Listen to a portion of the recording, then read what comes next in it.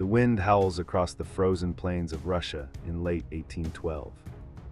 It is a sound that chills the bones of the once proud Grand Army. Soldiers wrap themselves in tattered rags and stiffened horse blankets while stumbling through knee-deep snow. They are starving and desperate men who have marched deeper into enemy territory than any army before them. The loot of Moscow has been abandoned miles back on the icy road. Now the only thing that matters is a crust of bread or a sip of wine. This is not a battle against cannon fire or cavalry charges. It is a battle against an empty stomach and the biting cold. The greatest military force ever assembled is dying not by the sword, but by a lack of supplies. The stakes in this frozen wasteland are absolute and terrifying. An entire generation of young French men faces total annihilation because the supply wagons could not keep pace with the advance. The collapse of the supply chain means the collapse of order itself. Without food, there is no discipline, and without discipline, an army becomes a mob. The strategic genius that conquered Europe is rendered useless by the simple biological need for calories. If the army cannot eat, the army cannot fight. The survival of the French Empire hangs in the balance on this desolate road. It is a grim reminder that the most dangerous enemy in warfare is often the logistical limit of the army itself. At the center of this tragedy stands Napoleon Bonaparte. He is a man known for his lightning speed and tactical brilliance. He revolutionized warfare by moving corps separately and striking together. Yet even his mind could not solve the puzzle of feeding hundreds of thousands of men and horses in a scorched land. He sits in his carriage wrapped in furs and staring blankly at the white horizon. His marshals argue over dwindling maps while the quartermasters report empty stores. Napoleon is the master of Europe, but here he is a prisoner of logistics. He pushed his luck beyond the breaking point, and now he watches his grand ambition freeze to death 1 mile at a time. How could such a brilliant military mind overlook such a fundamental necessity? Was it arrogance that led him to believe he could defy the laws of supply and demand? The question echoes through history as military students study this catastrophic failure. Did the speed of his advance doom him from the start? Perhaps he believed that the Russian resolve would crumble before his supplies ran out. It is a question that haunts every general who plans an invasion. When does the reach of an army exceed its grasp? Can sheer willpower ever substitute for bread and fodder? The answer lies buried under the snow of the Russian steppe. The reveal is a devastating truth that echoes through the centuries. Logistics is the hard tether that limits the dog of war. Napoleon lost over 500,000 men not to Russian bullets, but to starvation and disease. The Grand Army dissolved because it severed its connection to its source of life. The aftermath reshaped the map of Europe and led to the downfall of the French Emperor. It proved that no matter how brave the soldiers or how cunning the general, an army marches on its stomach. This disaster serves as the ultimate lesson in the importance of military logistics. It is the boring science that dictates the exciting art of war. To understand how logistics decides the fate of nations, we must look beyond the battlefield. We must examine the invisible web of wagons and ships and trains that keeps the war machine moving. Logistics is the calculation of movement and maintenance. It is the math that determines if a soldier has bullets for his rifle and boots for his feet. Throughout history, the armies that mastered this science conquered the world. Those that ignored it vanished into the dustbin of history. From the ancient footpaths of Rome to the digital supply chains of today, the story of warfare is the story of moving stuff. It is a tale of innovation born from necessity. In the ancient world, the logistical challenges were immense and immediate. Alexander the Great understood this better than any commander of his time. He inherited a Macedonian army that was already reformed by his father Philip II. Philip had banned the use of ox carts, which were slow and required too much fodder. Instead, the Macedonians used horses and mules to carry supplies. This allowed the army to move at a speed that terrified their enemies. Alexander forced his soldiers to carry their own equipment and food. By reducing the baggage train, he increased the mobility of his phalanxes. This logistical agility allowed him to conquer the known world from Greece to India. However, even Alexander was bound by the geography of water and harvest. He had to plan his marches to coincide with the harvest seasons of the lands he invaded. His route was often dictated by the availability of fresh water for his thousands of horses. When he tried to cross the Jedrosian desert, the lack of water nearly destroyed his army. It was a harsh lesson that even a god among men must bow to the physical realities of the environment. The logistical planning required to feed 40,000 men on the move was a feat of administration equal to any of his tactical victories. His empire was built on the backs of pack animals. The Romans took military logistics and turned it into an engineering marvel. They understood that a stable supply line required permanent infrastructure. The famous Roman roads were not built for trade initially, but for the rapid movement of legions and supplies. These stone arteries allowed Rome to project power across a vast empire. A legionnaire marched with a carefully calculated ration of grain and bacon and cheese. The Roman military diet was standardized to ensure health and endurance. They built massive granaries in their forts to withstand sieges and bad harvests. This systematic approach to supply allowed Rome to endure wars that lasted for decades. The Roman system relied on a complex network of depots and magazines. They did not just forage, they planned years in advance. The Roman navy played a crucial role in transporting grain from Egypt to feed the legions in Europe. This integration of land and sea logistics was centuries ahead of its time. When a Roman legion set up camp, they built a fortified city in miniature complete with supply stores. This allowed them to operate deep in hostile territory without fear of starvation. The discipline of the Roman logistics officer was as rigid as that of the centurion. They knew that a missing shipment of grain could cause a mutiny faster than a barbarian horde.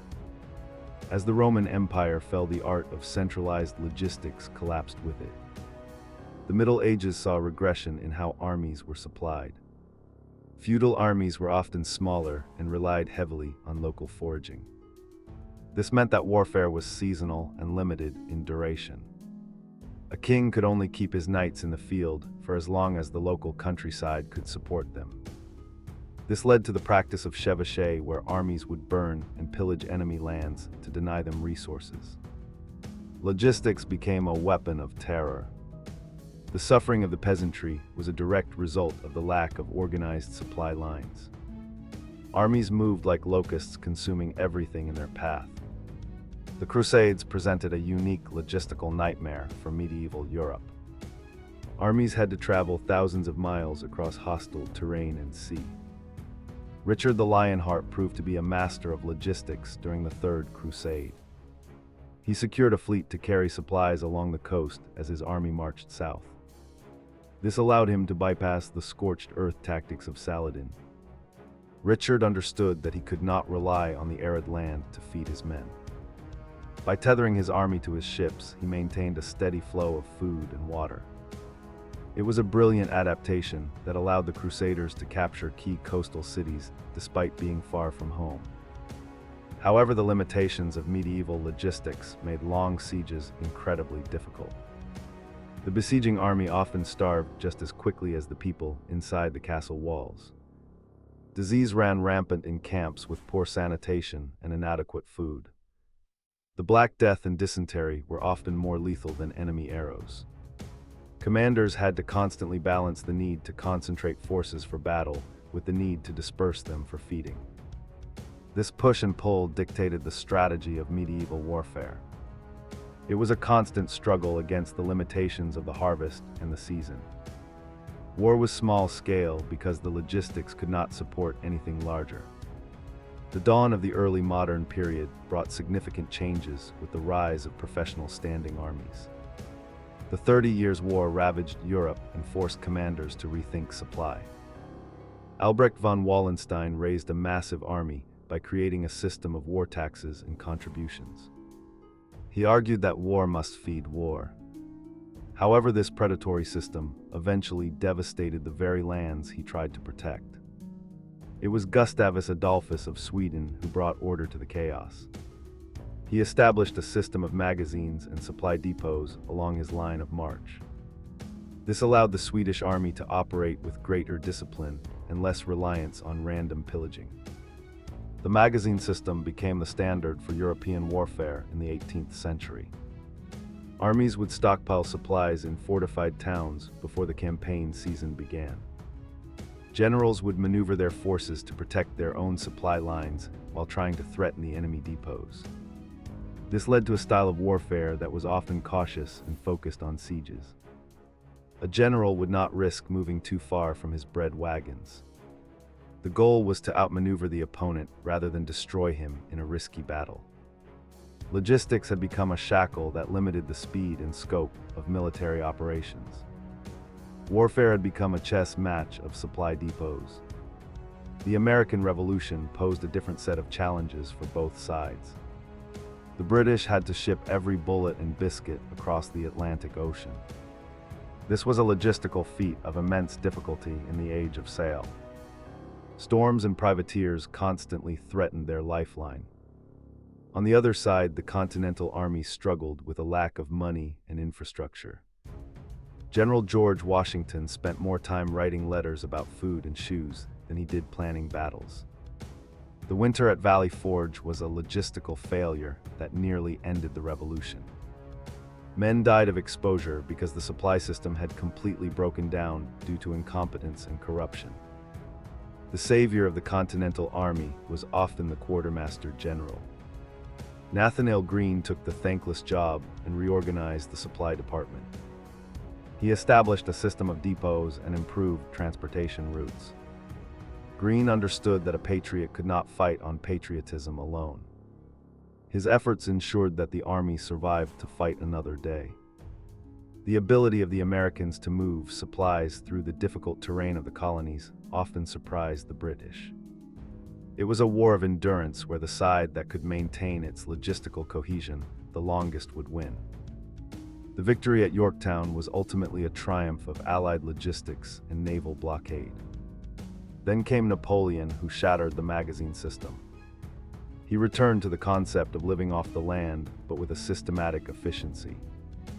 His corps were large enough to defend themselves, but small enough to find food in a given area. They marched on separate roads and converged for battle. This allowed the French to move at a speed that baffled their enemies. They did not need to wait for slow supply wagons. However, this system had a fatal flaw as seen in Russia and Spain. It required rich and populated lands to work. When faced with barren earth or guerrilla warfare, the Napoleonic system collapsed under its own weight. The Industrial Revolution changed everything with the invention of the steam engine. The railroad and the steamship allowed armies to grow to sizes previously unimaginable. Suddenly, a general could move hundreds of thousands of men and tons of equipment across a continent in days. The American Civil War was the first true railroad war. The North possessed a vast network of tracks that connected their factories to the front lines. They could ship fresh beef and heavy artillery from Chicago to Virginia with ease. This industrial advantage was a key factor in the eventual Union victory. The South struggled with a disjointed rail network and a lack of manufacturing. Their inability to replace worn-out rails and rolling stock slowly strangled their economy and their armies. General Robert Edward Lee often had to pause operations to let his men forage or wait for delayed trains. The Union created the United States Military Railroads, which was a dedicated organization for managing military rail transport. They could repair bridges and lay track at incredible speeds. This allowed Union armies to operate deep in enemy territory while maintaining a solid link to the north. The iron horse had replaced the pack mule. General William Tecumseh Sherman mastered the new logic of industrial warfare. For his Atlanta campaign, he calculated exactly how many pounds of supplies were needed per man per day. He restricted the use of the single rail line to military traffic only. But when he launched his march to the sea, he cut the cord. He reverted to foraging, but with a brutal mathematical precision. He used census data to determine which counties had enough food to support his march. Sherman destroyed the Confederate logistical infrastructure by twisting rails and burning depots. He proved that destroying the enemy supply base was as effective as destroying their army. World War I saw the industrialization of slaughter reach its peak. The sheer volume of artillery shells required by the armies on the Western Front was staggering. Millions of tons of ammunition had to be moved from factories to the trenches. The rail networks were efficient at getting supplies to the railheads, but the last few miles were a nightmare. The ground was churned into mud that swallowed wagons and trucks. Paradoxically, the armies still relied heavily on horses to bridge this gap. The British Army alone used over 1 million horses. Fodder for these animals took up more shipping space than ammunition.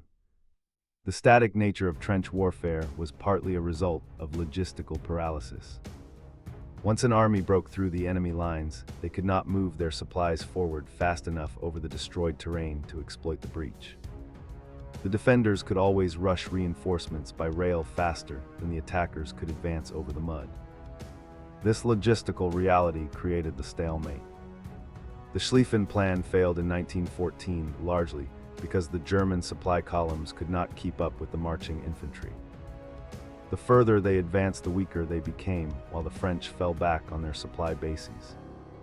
World War II brought the internal combustion engine to the forefront.